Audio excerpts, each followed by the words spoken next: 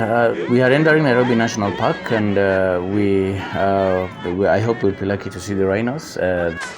This is Eric on safari at Nairobi National Park today, and it is very few kilometers from the airport. It's only 7 kilometers, and I'm currently at the Panning of Ivory site, and it is one of the sites that every time I visited Nairobi National Park, I should visit this place because it really touched on my heart, and to see part of our animals and like elephants and rhinos and other animals like lions and all that are killed.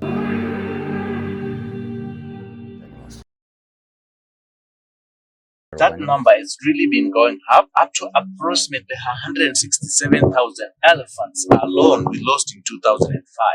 So the chart still really goes down, and it really shows how much we should really be careful with the conservation, how much we should really take care of our wildlife, and how much we should really focus much more, particularly with the elephants and the rhinos.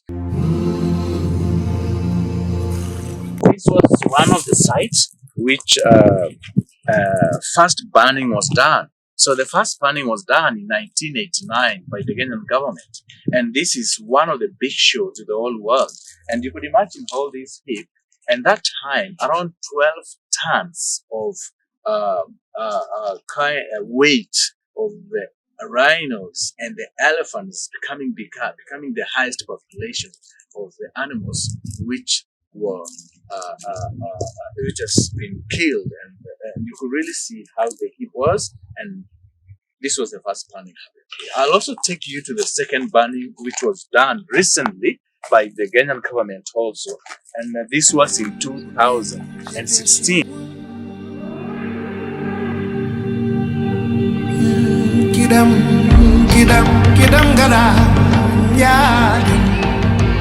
So welcome again. I bring you back to our. I want to show you the second banning, which was done in 2016, and this was one of the highest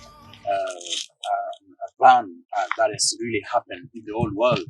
There is no any other country in the world than Kenya that has really done this kind of show to show to the other countries of the whole globe.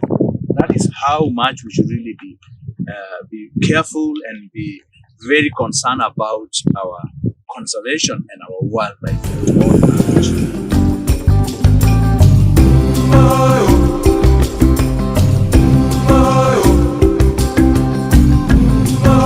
This is the monument that commemorate our elephants that we lost during these conflicts and the poaching particularly.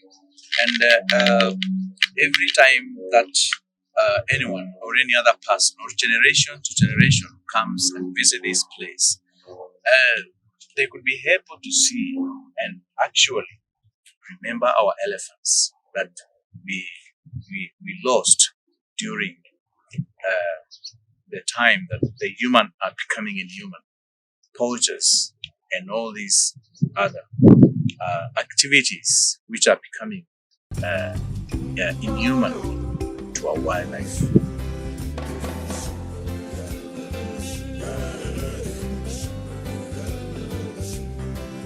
Every time I visit here, I always almost crying because of how it has really happened, and for how such human are becoming inhuman. And that is why I always say animals are beautiful people. Thank you.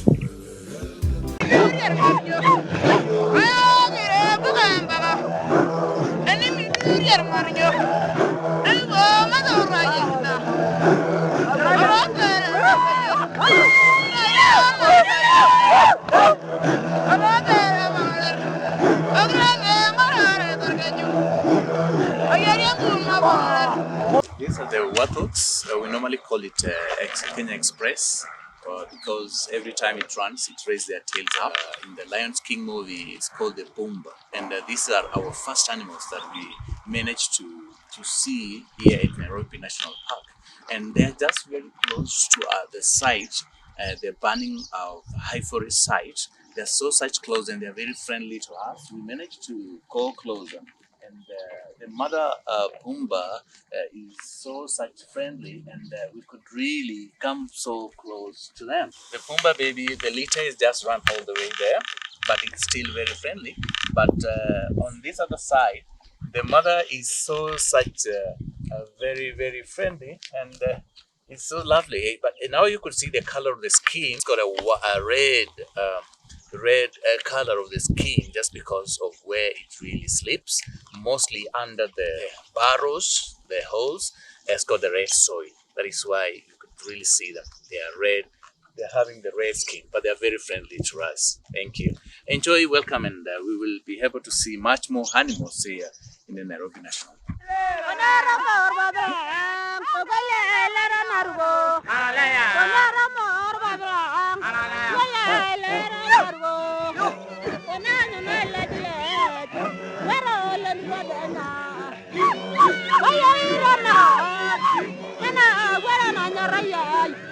Here comes the Impalas animals, and quite a number of animals again in the background. They're called the hartebeest. But the most interesting thing about the Impalas, you see there is one male. There is one of the male which is the dominant male in this group, and this is the breeding group.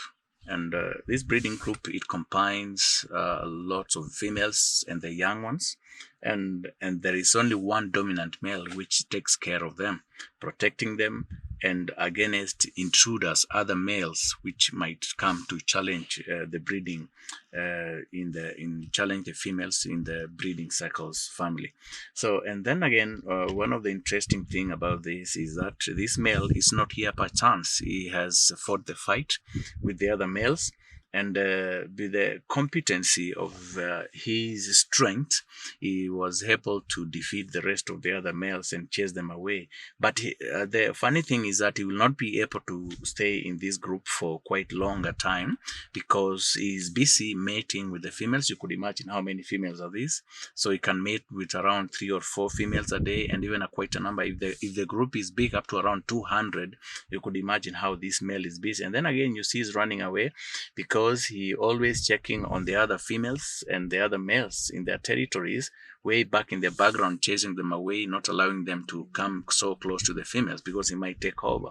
But the thing is, he does this the whole day and he fails to feed. So once he fails to feed, he becomes weak and weak. So the more he becomes weaker, the other males which are busy feeding on the other side also and also championing, they want to be with the females, they could easily come and defeat him. So I may give a span of like around 3 months or 4 months, the longest period you up to around 6 months to be with the females. So he could have had his chance and he's chased away from the group. So, and then again, in this family group, I moved to the hartebeest. The hartebeest is one of the rare antelope. We normally call it Congoni in African language, but mostly it's called the Cox hartebeest. In this side of central Nairobi National Park, we have them right inside here because the grass is so short.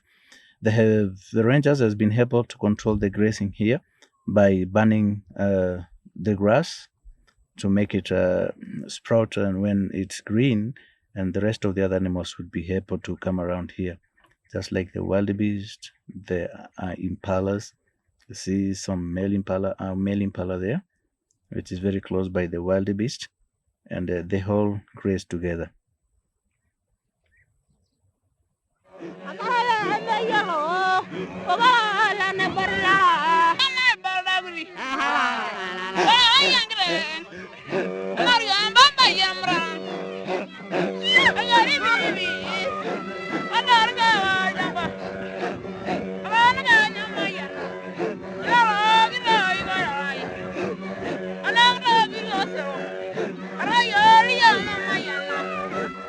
Here comes, we are lucky to see the rhinos also. We have, as I told you earlier on before, rhinos. We have Nairobi National Park is one of the leading conservation of rhinos.